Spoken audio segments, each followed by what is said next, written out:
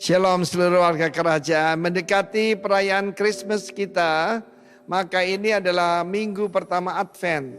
Ya, ada 4 minggu sampai dengan hari Natal. Jadi tema kita adalah the visitation, yaitu lawatan. To visit.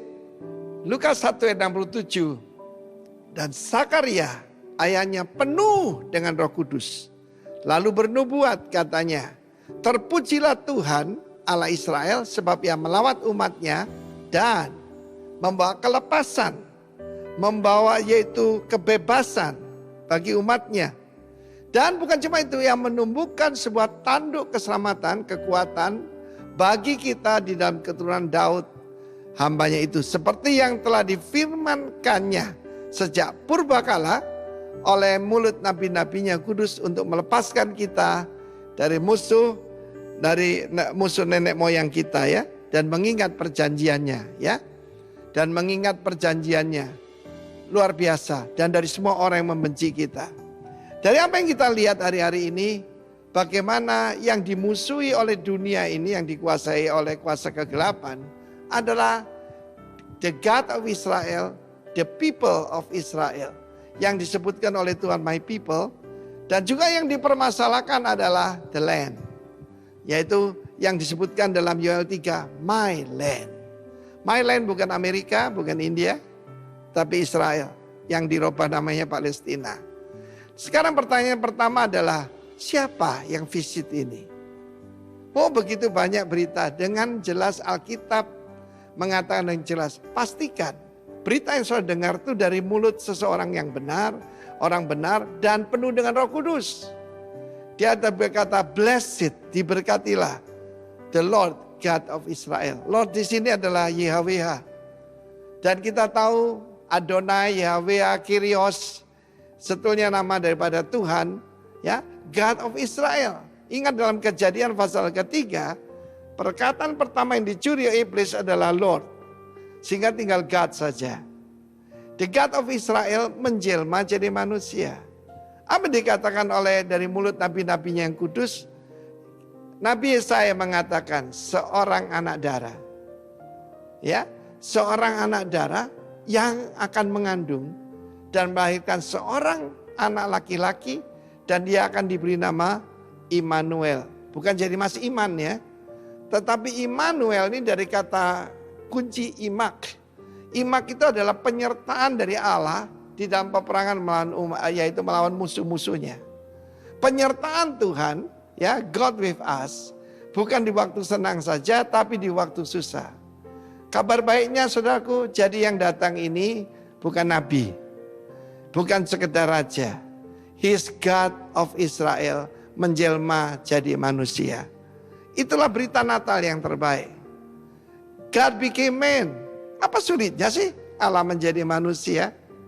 Dan kabar baiknya, karena itu kita rayakan saudara. Kalau sekedar ulang tahun Nabi, ngapain? Tetapi inilah kabar baiknya. Di dalam perayaan Natal ini. Sebab banyak orang merayakan Natal, bertukar kado, dan menjadikannya lebih dari hari Valentine di Jepang dan sebagainya. Tanpa mengenal the God of Israel, Imak. Jadi saudaraku, dia menyertai kita. Itu kabar baiknya. Bukan Tuhan yang jauh yang tidak terjangkau. Karena kita tidak bisa ke sana, dia yang datang kemari. Tuhan memberkati kita. Haleluya. Siapkan diri untuk perayaan Natal. Tuhan memberkati. Amen. Shalom saudara warga kerajaan yang dikasihi Tuhan. Pagi hari ini kita akan belajar firman Tuhan dengan judul, ya bisa dibantu, Fruitful Living. Sesuai dengan tema dari pusat, fruitful living itu artinya apa? Hidup yang berbuah. Kalau kita menanam sebatang pohon duren, kira-kira apa yang kita harapkan? Kita tanam sebuah atau sebatang pohon duren, kira-kira apa yang kita harapkan? Apa? Loh, cuman matanya yang digerak-gerakkan. Apa? Buah duren. Ya, betul, ya. Nggak ada tomat di sana, nggak ada. Ya, duren pasti, buah duren baik. Pertanyaannya, apakah kita harapkan dari pohon tersebut hanya berbuah saja? Hanya berbuah saja terus kita puas? Enggak. Next. Nah, di depan rumah saya saat ini ada sebatang pohon mangga. Sekarang kan lagi musim mangga bukan? Lagi musim mangga berbuah. Ya, nggak apa-apa. Nanti ke rumah saya, nanti saya kasih ya. Tapi dengarkan cerita ini dulu ya. Ketika sudah matang, dipetik, dicoba buahnya, ternyata kecutnya minta ampun. Masih mau? Paling buat sambel ya. Oke. Pohon tersebut berbuah. Tetapi ternyata buahnya tidak seperti yang diharapkan. Pohon ini menghasilkan buah tetapi buahnya buah yang tidak baik. Ya. Next. Kita membaca di dalam Matius 7, 16b hingga ayat 19. Firman Tuhan berkata, dapatkah orang memetik buah anggur dari semak duri atau buah ara dari rumput duri? Demikian setiap pohon yang baik menghasilkan buah yang baik. Dan pohon yang tidak baik menghasilkan buah yang tidak baik. Tidak mungkin pohon yang baik menghasilkan buah yang tidak baik. Atau pohon yang tidak baik menghasilkan buah yang baik. Dan ayat 19, setiap pohon yang tidak menghasilkan buah yang baik pasti ditebang dan dibuang ke dalam api. Jadi yang saya harapkan adalah sebuah mangga yang saya petik itu harum dan manis. Bukan buah mangga yang kecut, yang masam dan tidak harum. Ya, makanya ada mangga harum manis ya. Yang saya dapatkan itu buah mangga yang tidak baik. Padahal yang saya harapkan adalah sebuah mangga yang, perhatikan, berkualitas. Bukan asal ada buah saja. Bisa menangkap apa saya sampaikan? Jadi bukan cuma berbuah saja, saya butuh buah yang berkualitas. Orang Kristen bisa berbuah? Bisa. Bisa. Tetapi apakah buah yang dihasilkan itu adalah buah yang baik, buah yang berkualitas atau sebaliknya, buah yang tidak baik, buah yang kecut, buah yang masam? Alkitab mencatat, firman Tuhan berkata, kalau pohon itu menghasilkan buah yang tidak baik, pasti ditebang dan dibuang ke dalam api. Ini bukan perkataan saya, tetapi perkataan firman Tuhan. Pelan-pelan ya. Baik, next. Apa itu buah yang tidak baik? Alkitab mencatat ada buah yang tidak baik. Apa itu buah yang tidak baik? Kita akan belajar di dalam satu perikop di Yesaya 5 ayat 1 hingga ayat 7. Tidak saya bacakan per ayatnya satu persatu. Perikopnya tentang nyanyian tentang kebun anggur. Ini merupakan sebuah metafora, sebuah kiasan. Di mana Tuhan sudah memilih Israel ditanam di lereng bukit yang subur. Jadi digambarkan, Israel itu digambarkan sebagai pohon anggur. Sudah dipilih, kemudian ditanam di tempat yang subur. Kemudian Tuhan tidak hanya menanam, dibiarkan, tidak. Kemudian Tuhan menjaga, memelihara mereka. Dan satu yang diharapkan Tuhan, yaitu buah anggur itu berbuah anggur yang manis. Tetapi ternyata buah yang dihasilkan itu adalah buah yang masam. Buah yang tidak baik. Tuhan mengharapkan mereka membuahkan keadilan dan kebenaran. Tetapi kenyataannya yang dihasilkan itu sebaliknya. Yang dihasilkan adalah kekejaman dan penindasan. Dan akhirnya mereka dibiarkan, tidak dijaga lagi, tidak dipelihara lagi, bahkan dibuang oleh Tuhan. Dan di ayat 7 di sana dikatakan, kebun anggur yang kuceritakan kepadamu itu ialah Israel. Dan Yehuda ialah tanaman kesayangan Tuhan. Ia mengharapkan mereka akan membuahkan apa? Keadilan. Tetapi ia hanya melihat kekejaman serta pertumpahan darah. Ia mengharapkan mereka membuahkan apa? Kebenaran.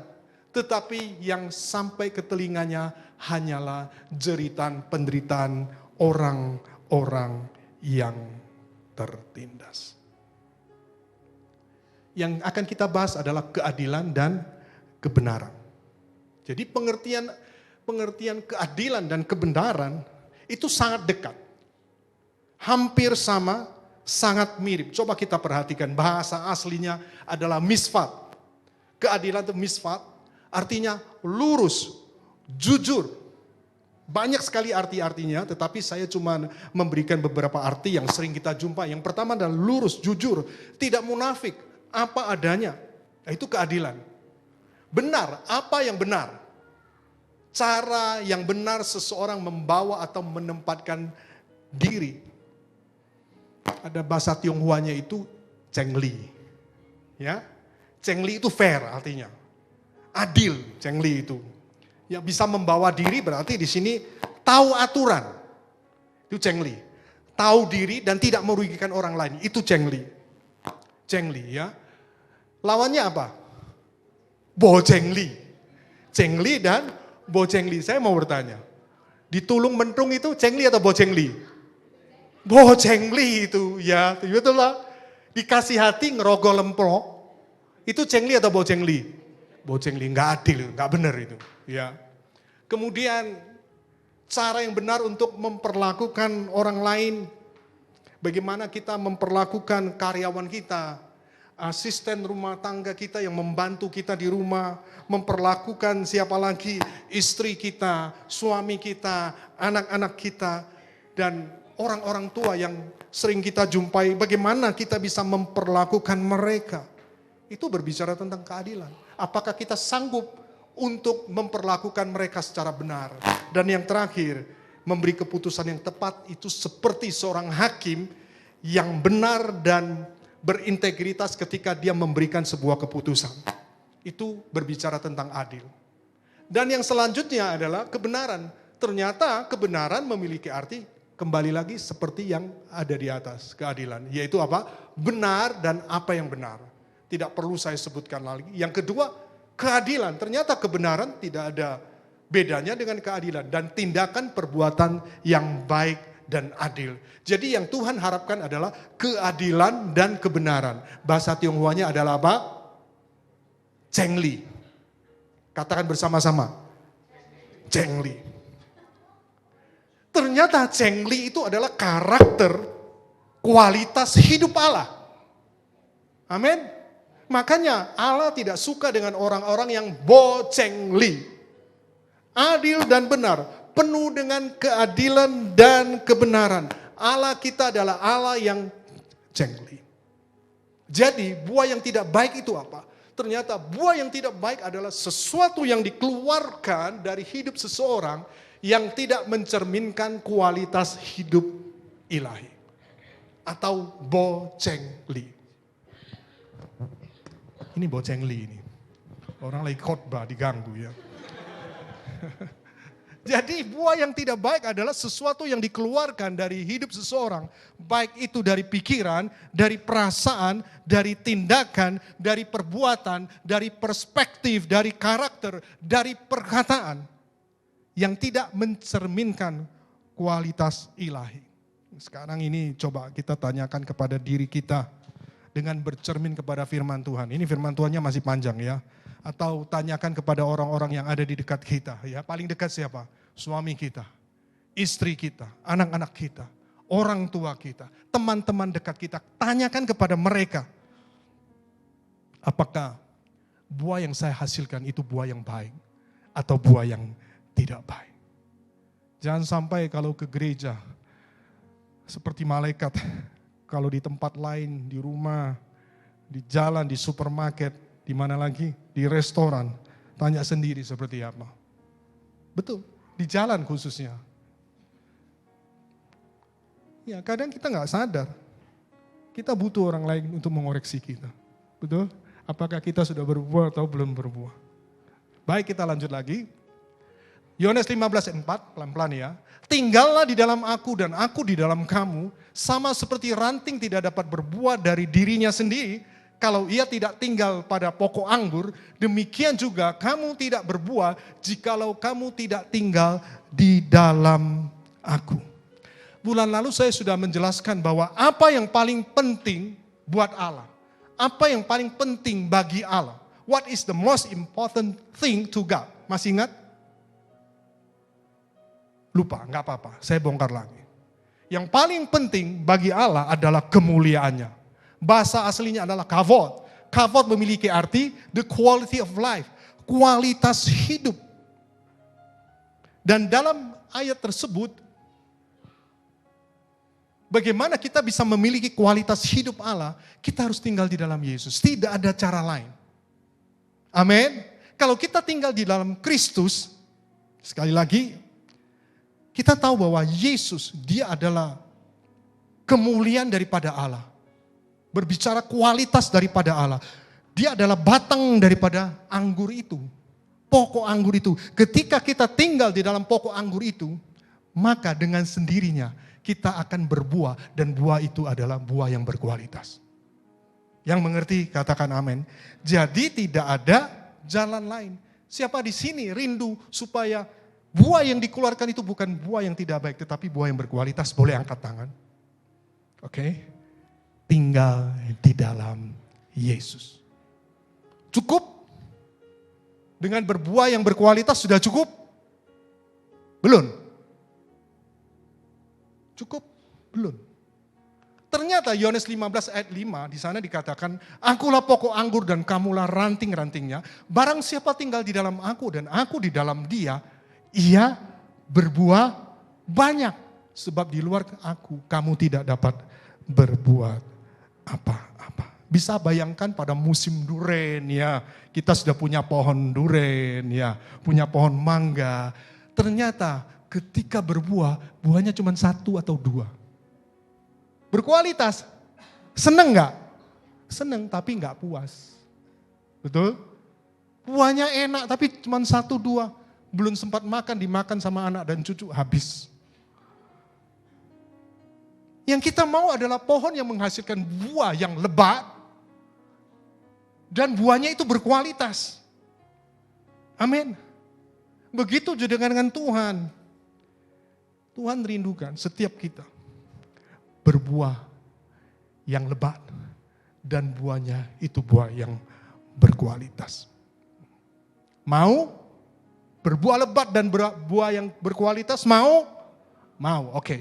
Caranya bagaimana? Bisa menghasilkan buah yang lebat dan buah yang berkualitas. Kita akan membaca di dalam Yohanes 15, kembali lagi ke ayat 1 dan kedua, di sana dikatakan, pelan-pelan, akulah pokok anggur yang benar dan Bapakulah pengusahanya. Setiap ranting padaku yang tidak berbuah, dipotongnya. Dan setiap ranting yang berbuah, dibersihkannya, supaya ia lebih banyak berbuah.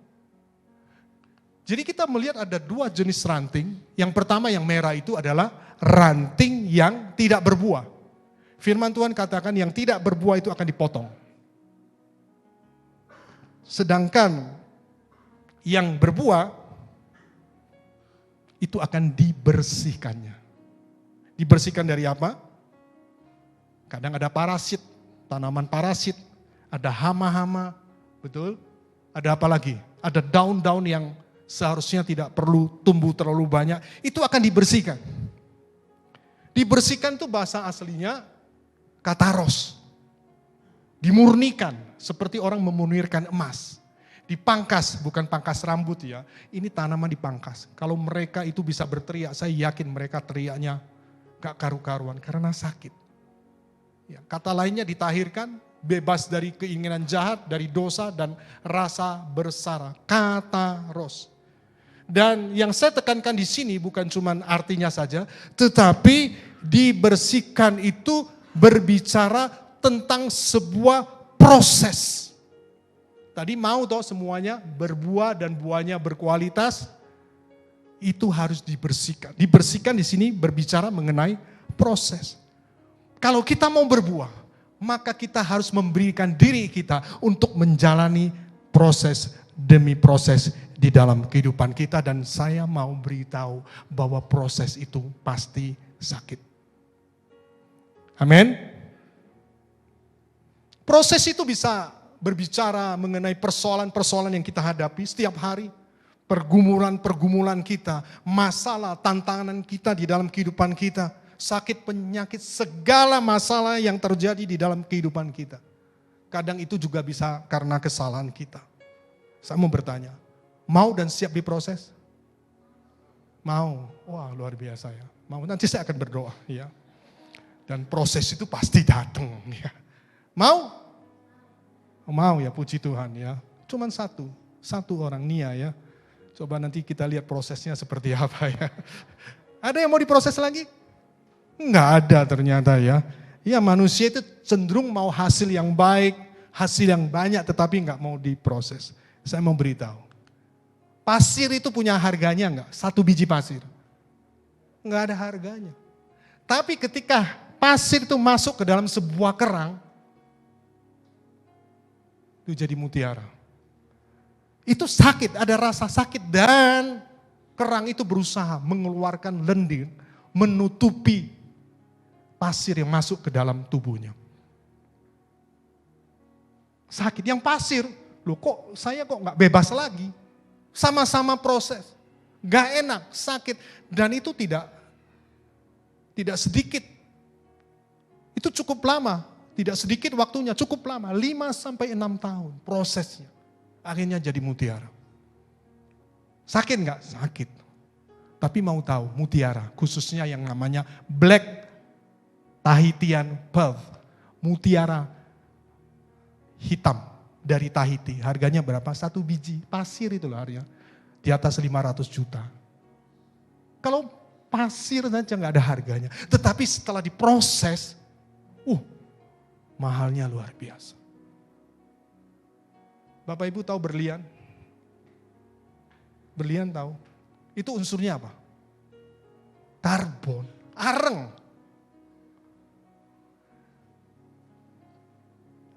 Berlian itu adalah areng yang terdapat ratusan kilometer di dalam bumi. Di sana panas loh.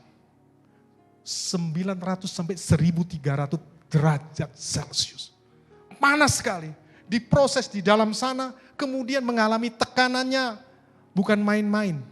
Ya, kalau kita isi ban paling 32 PSI ya, atau tekanan ban. Kalau ini 45 hingga 60 kilobar, itu berjuta-juta kali lipat tekanan daripada terhadap arang itu. Selama berapa? Jutaan tahun. Jutaan tahun. Mengalami proses. Tahu arang satu kresek berapa? 10.000 paling. 10.000 arang itu. Tapi arang yang diproses selama jutaan tahun, harganya berapa?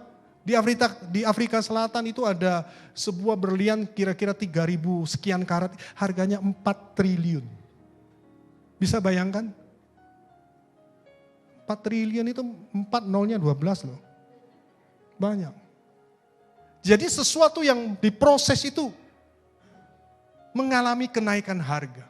Kalau hidup kita diproses, saya mau beritahu bahwa kita semakin berharga di mata Tuhan. Pertanyaannya, mau diproses atau tidak? Mau ya, kita doakan Nia ya. Saya tidak akan berbicara panjang lebar mengenai proses ini, ya, sudah terlalu sering saya membahasnya. Saya akan memberikan contoh sebuah kisah di dalam Alkitab yang dialami oleh Yusuf. Yusuf itu sudahlah, dia diproses mulai remaja sampai dia dewasa. Dan apa nubuatan daripada Yakub tentang Yusuf? Yusuf seperti pohon yang berbuah lebat di tepi mata air. Cabang-cabangnya menaungi tembok. Jadi orang yang diproses, dia pasti akan berbuah lebat dan buahnya itu pasti berkualitas. Oleh sebab itu jangan takut kepada proses yang Tuhan izinkan di dalam kehidupan kita. Seperti yang Nia katakan tadi, dia tidak takut. Ya. Kalau Tuhan izinkan berarti dia punya maksud. Maksudnya agar supaya pada akhirnya kita menjadi serupa seperti Kristus. Kita menjadi begitu berharga di mata Tuhan Karena kita dapat berbuah lebat dan buah kita itu buah yang berkualitas dan hanya untuk kemuliaan Tuhan. Amin. Dan memang itu tidak mudah, tetapi bersama Tuhan kita bisa. Saya punya teman seorang profesor, guru besar di sebuah perguruan tinggi negeri di satu kota. Dia anak Tuhan, sangat setia melayani di sebuah gereja. Dia sangat pintar main piano, main keyboard. Ya, saya akui, ciamik. Ciamik tahu artinya? Luar biasa. Dan ada di tim PW, kan biasa pasti ada sesuatu tuh di tim PW di dalam berjalannya waktu. Akhirnya dia tersinggung, dia mengundurkan diri. Seorang profesor. Ketika dia keluar dari grup itu, grup PW, dia tinggalkan pelayanan kepada Tuhan. Terbesit di dalam hatinya, rasa no. Rasa no. Kira-kira orang seperti ini memiliki buah yang baik atau tidak baik? Tidak baik. Perlu diproses enggak? Loh, kok Anda yang jawab? Itu kan kedaulatan Tuhan. Tuhan mau proses atau tidak? Waduh. Diproses enggak? Perlu enggak? Aduh. Ya akhirnya memang dia diproses. Tiba-tiba tangannya untuk memainkan keyboard piano itu. Tiba-tiba lumpuh, kaku. Tidak bisa menulis, makan tidak bisa, apalagi memainkan musik. Fitri bisa nggak? Tangan yang kaku, nggak bisa apa-apa mainkan keyboard? Nggak bisa tak? Nggak bisa. Karena cuma terbersit apa? Rasa no. Ya, buah yang tidak baik. Perlu diproses? Ya, akhirnya dia diproses. Tidak bisa berbuat apa-apa. Kaku tangannya. Baik nggak buat si profesor ini? Baik nggak? Baik. Sebab pada akhirnya dia tahu bahwa dia harus merendahkan diri di bawah kaki Tuhan. Dia harus memiliki kerendahan hati untuk datang kepada Tuhan, meminta ampun. Untuk satu buah yang baik saja, prosesnya itu cukup sakit. Lumpuh tangannya. Supaya apa? Memiliki buah yang baik. Yaitu apa? Kerendahan hati. Akhirnya dia dipulihkan oleh Tuhan. Jadi sekali lagi saya mau katakan bahwa kalau kita memang mau berbuah, kita pasti diproses, dibersihkan. Oke, lanjut ya. Di dalam Yohanes 15:4 di sana dikata, tinggallah di dalam aku dan aku di dalam kamu. Sama seperti ranting tidak dapat berbuah dari dirinya sendiri kalau ia tidak tinggal pada pokok anggur. Demikian juga kamu tidak berbuah jika kamu tidak tinggal di dalam aku. Supaya kita hidup dan berbuah lebat dan berbuah yang berkualitas. Tidak ada cara lain, saya sudah sebutkan tadi. Kita harus tinggal di dalam Yesus. Sekarang pertanyaannya, siapa di sini yang sudah tinggal di dalam Yesus? Boleh angkat tangan. Betul ya? Loh, sudah ke gereja masih belum tinggal di dalam Yesus. Saya mau tanya, yang sudah tinggal di dalam Yesus di sini, di tempat ini siapa? Oke, sampai merem ya. Oke, yakin tinggal di dalam Yesus? Yakin? Apakah kita percaya kepada Yesus kemudian kita melayani Tuhan? Secara otomatis kita terhitung sebagai orang Kristen yang sudah tinggal di dalam Yesus. Kalau kita sudah percaya kemudian kita melayani Tuhan di gereja, kemudian kita terhitung sebagai orang yang tinggal di dalam Yesus. Tadi jawabannya ya, sekarangnya belum.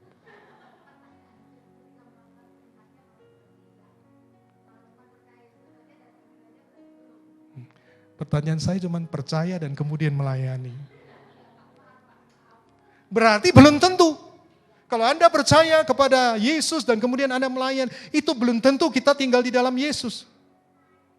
Kalau cuma percaya saja, Alkitab mencatat setan-setan juga percaya dan mereka gentar kepada Allah.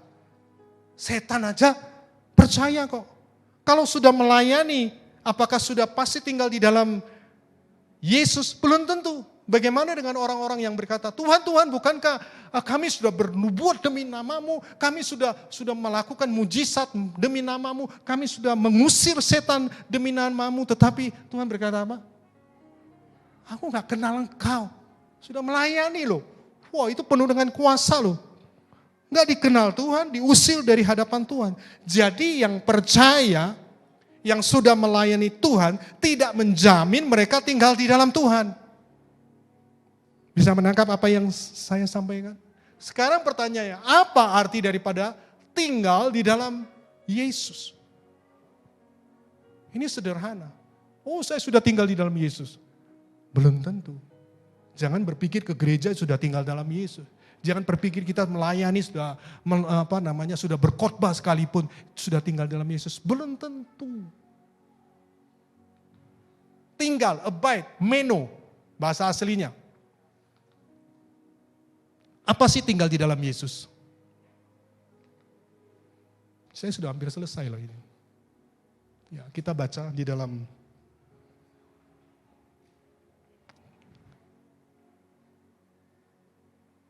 Kisah Rasul 4 ayat 12. Jadi, dialah satu-satunya yang bisa menyelamatkan manusia. Karena di seluruh dunia hanya dialah yang dipilih Allah sebagai penyelamat manusia. Tidak ada yang lain. Pertama, kalau kita mau tinggal di dalam Yesus, mau tidak mau kita harus percaya kepada Yesus sebagai Tuhan dan Juru Selamat. Itu yang pertama. Tidak sampai di situ saja. Kemudian maju lagi, kalau ini tidak perlu saya bahas. Ada yang belum percaya kepada Yesus sebagai Tuhan dan Juru Selamat? Ada? Saya doakan. Enggak ada, toh? Semua sudah percaya. Yang kedua, Ibrani 12 ayat 2. Marilah kita melakukannya dengan mata yang tertuju kepada Yesus yang memimpin kita dalam iman dan membawa iman kita itu kepada kesempurnaan yang dengan mengabaikan kehinaan tekun memikul salib ganti sukacita yang disediakan bagi Dia yang sekarang duduk di sebelah kanan tahta Allah. Ternyata yang kedua adalah hidup dalam persekutuan atau relasi yang intim dengan Tuhan dan menjadikan Kristus sebagai dasar dan pusat kehidupan kita. Ini yang penting. Amin. Dalam persekutuan, dalam relasi yang intim dengan Tuhan, pasti kita sudah mendengar minggu lalu, itu pasti terjadi interaksi. Salah satu interaksi adalah apa? Komunikasi. Kita memiliki komunikasi dengan Tuhan dan komunikasinya itu bukan satu arah, tetapi komunikasi dua arah. Bagaimana kita bisa komunikasi dua arah? Kita sering berpikir komunikasi dua arah adalah ketika kita berdoa, Tuhan bicara kepada kita. Tidak selalu seperti itu. Komunikasi dua arah dari kita menyampaikan doa-doa kita, ucapan syukur kita, penyembahan kita, ibadah kita kepada Tuhan. Itu komunikasi kita kepada Tuhan. Sementara Allah berkomunikasi kita melewati apa? Firman Tuhan yang bisa disampaikan lewat mimbar ini. Firman Tuhan yang kita baca di Alkitab. Renungan-renungan yang kita baca. Tuhan bisa berkomunikasi dengan kita di situ. Dan itu harus intim. Harus konsisten. Itu baru tinggal di dalam Yesus. Dan yang kedua, menjadikan Kristus sebagai dasar dan pusat kehidupan kita. Apa artinya menjadikan Yesus sebagai dasar dan pusat kehidupan kita? Apa artinya? Di dalam sebuah puisi yang ditulis oleh namanya adalah William Ernest Henley. Dia adalah seorang penulis buku. Dia menulis puisi ini ketika dia di ranjang rumah sakit. Saat itu dia sedang dirawat dan dalam perawatan intensif kena penyakit TBC tulang. Dia menulis di ranjangnya sebuah puisi. Coba kita lihat bagian terakhir daripada puisinya. Bagian yang terakhir dalam puisinya adalah I am the master of my fate. I am the captain of my soul. Aku adalah penguasa takdirku atau nasibku. Aku adalah kapten jiwaku. Kalau kita membaca puisi ini, manusia itu memiliki kecenderungan untuk mengendalikan hidupnya sendiri. Betul tak? Kita semua memiliki kecenderungan maunya kita mengendalikan hidup kita sendiri. Membuat keputusan sendiri, melakukan segala sesuatu berdasarkan kemauan kita sendiri. Terserah aku, semau gue. Tetapi ketika kita mengatakan bahwa kita menjadikan Yesus sebagai dasar dan pusat kehidupan. Saya mau bertanya, apakah kita sudah sungguh memiliki relasi yang dekat dan menjadikan Yesus sebagai dasar dan pusat dari kehidupan kita? Maka kita harus mengakui Yesus sebagai otoritas tertinggi dalam hidup kita, bukan siapa-siapa.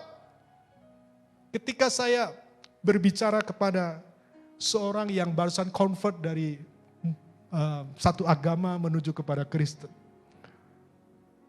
dan rindu melayani Tuhan, saya katakan bahwa apapun yang terjadi di dalam kehidupan kita, ayo kita serahkan kepada Tuhan. Sebab kenapa? Yesus adalah otoritas tertinggi dalam hidup kita. Yesus mau taruh kita di mana, kita jalani. Amin. Kita mau usaha apa? Kita jalani. Sebab kenapa? Dia adalah otoritas tertinggi dalam hidup kita, sehingga kita menyerahkan dengan segenap hati kendali hidup kita kepadanya. Jadi jangan coba-coba kita mau mengendalikan kehidupan kita dengan kemauan kita sendiri. Itu berbicara tinggal di dalam Yesus. Dengan kata lain, kita sudah tidak memiliki hasrat untuk menjalani hidup ini secara mandiri. Jadi apa-apa kita tanya Tuhan. Kalau kita mau tinggal di dalam Yesus, kita menyerahkan seluruh hidup kita kepada Tuhan, kepada Yesus, dan mengikuti pimpinannya. Amin. Saya punya seorang teman dekat sekali. Seorang pengusaha. Pengusaha biasanya kalau sudah punya usaha mau mengembang ke kanan ke kiri. Apalagi pegang firman Tuhan, betul? Bagaimana caranya? Kebetulan waktu itu uangnya nggak cukup. Supaya uangnya cukup, apa yang dilakukan? Loh, kok nggak tahu? Pinjam bank. Dan kemudian biasanya kan harus sepakat toh. Kalau suami saja kadang doanya belum dijawab. Suami istri gandengan tangan. Tuhan, kami butuh uang sekian miliar. Untuk apa? Untuk usaha. Setelah doa, sepertinya Tuhan tuh membuka pintu. Sepertinya, memang membuka pintu. Dengan mudah mendapatkan kredit sekian miliar. Dan akhirnya usahanya berhasil. Ketika berhasil, timbul terbersit dalam hati. Aku ternyata bisa juga ya. Itu baik-baik atau tidak baik? Baik atau tidak? Padahal kalau tinggal di dalam Yesus, Yesus sebagai otoritas tertinggi sekarang mengatakan apa? Aku juga bisa loh, aku bisa. Buah yang baik atau tidak? Tidak. Perlu diproses atau tidak? Perlu nggak? Perlu. Loh, kok Anda yang jawab? Itu kan kedaulatan Tuhan. Betul. Karena Tuhan mengasihi, maka Tuhan mengizinkan proses. Hasil yang dicapai. Usaha yang sudah mulai maju. Gara-gara Mr. Covid. Pum. Sudah utang bank, harus bayar apa? Bunganya cukup besar karena miliaran. Kira-kira bagaimana? Gara-gara apa? Aku juga bisa. Diproses oleh Tuhan. Dan akhirnya lewat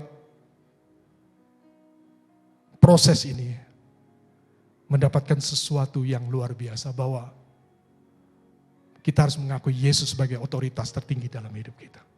Gak bisa dengan cara kita.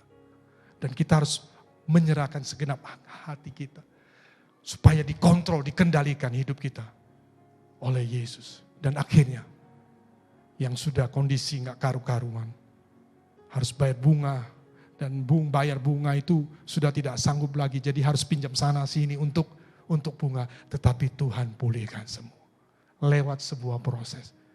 Dan di sini akhirnya mengakui bahwa memang betul Yesus sebagai otoritas tertinggi dalam hidupnya. Dan dia menyerahkan hatinya, kendali hidupnya kepada Tuhan. Itu yang pertama. Sekarang saya mau tanya, Sudah tinggal di dalam Yesus? Kayaknya jawabannya agak sulit sekarang. Sudah tinggal di dalam Yesus? Kalau mau berbuah, Alkitab mencatat bahwa kita harus tinggal di dalam Yesus. Sudah tinggal di dalam Yesus? Sudah menyerahkan otoritas tertinggi dalam hidup kita kepada Yesus? Dia adalah otoritas tertinggi? Ya, benar. Oke, mulai sekarang lakukan itu. Kalau enggak nanti masuk proses, ya. Nanti masuk proses supaya nanti akhirnya mengakui Yesus sebagai otoritas tertinggi dalam hidup kita. Dan kita tahu bahwa segala sesuatu itu ada di dalam tangan kontrol Tuhan. Dan yang kedua, yang terakhir, tinggal di dalam Yesus. Yang kedua, di dalam 2 Yohanes 1 ayat 9 di sana dikatakan, setiap orang yang tidak tinggal di dalam ajaran Kristus, tetapi yang melangkah keluar dari situ, tidak memiliki Allah. Barang siapa tinggal di dalam ajaran itu, ia memiliki Bapa maupun Anak. Jadi yang kedua adalah memilih untuk mengikuti ajaran Kristus dan hidup sesuai dengan nilai-nilai dan prinsip-prinsip kerajaan Allah yang diajarkan. Amin. Ini tidak mudah. Saya mau tanya sekarang, bagaimana kita tahu tentang nilai-nilai dan prinsip-prinsip kerajaan Allah? Dari mana kita tahu itu? Dari mana kita tahu itu nilai-nilai dan prinsip kerajaan Allah? Kembali lagi kepada firman Tuhan. Ada di dalam Alkitab. Jadi sekali lagi saya memohon, ayo jemaat semua, baca Alkitab setiap hari. Amin. Jadi jangan ngomong aku mau tinggal di dalam Yesus, tetapi Alkitab itu dibawa ketika hari Minggu saja. Yang punya handphone dibuka ketika hari Minggu. Kadang hari Minggu tidak dibuka karena sudah disiapkan ayat-ayatnya di LCD. Alkitab nggak pernah dibuka. Kalau mau bertumbuh dan kemudian kita berbuah lebat dan berkualitas, ayo baca Alkitab kita. Kalau nggak mengerti, saya mau katakan mudah, di dalam kita ada Roh Kudus. Roh Kudus akan menjelaskan, mengajar kita sehingga kita mengetahui apa yang menjadi maksud Tuhan di dalam kehidupan kita. Minta Roh Kudus menuntun kita sehingga kita bisa hidup sesuai dengan nilai-nilai dan prinsip-prinsip kerajaan Allah. Kita bisa hidup sesuai dengan kehendaknya dan sudah pasti kita berbuah lebat dan buahnya berkualitas. Amin. Kesimpulannya adalah tinggal dalam Yesus merupakan sebuah panggilan untuk hidup dalam kesatuan roh dengannya. Relasi, komunikasi, ingat. Mengikuti teladannya. Apalagi hidup sesuai dengan nilai-nilai dan prinsip-prinsip kerajaan Allah dan menjadikan Kristus sebagai dasar dan pusat kehidupan kita. Itu tinggal di dalam Yesus. Amin. Selain cuma percaya, ya, yang pertama percaya kepada Yesus sebagai Tuhan dan Juru Selamat. Kedua, ternyata kita harus membangun relasi, menjadikan Dia menjadi dasar dan pusat kehidupan kita. Dan selanjutnya kita harus tinggal di dalam ajarannya atau firman Tuhan. Mau berbuah lebat, tinggal dalam Yesus dan rela menjalani proses-proses yang kita hadapi, yang Tuhan izinkan dalam kehidupan kita. Amin. Saya yakin setiap daripada kita kan belum sempurna, kita sedang diproses menjadi sempurna. Percaya kepadanya dengan segenap hati, memiliki persekutuan, relasi yang intim dengan Dia, menjadikan Dia dasar dan pusat kehidupan kita, dan tinggal di dalam ajarannya. Dan firman Tuhan menjamin kita akan berbuah lebat dan buahnya adalah buah yang berkualitas. Tuhan Yesus memberkati.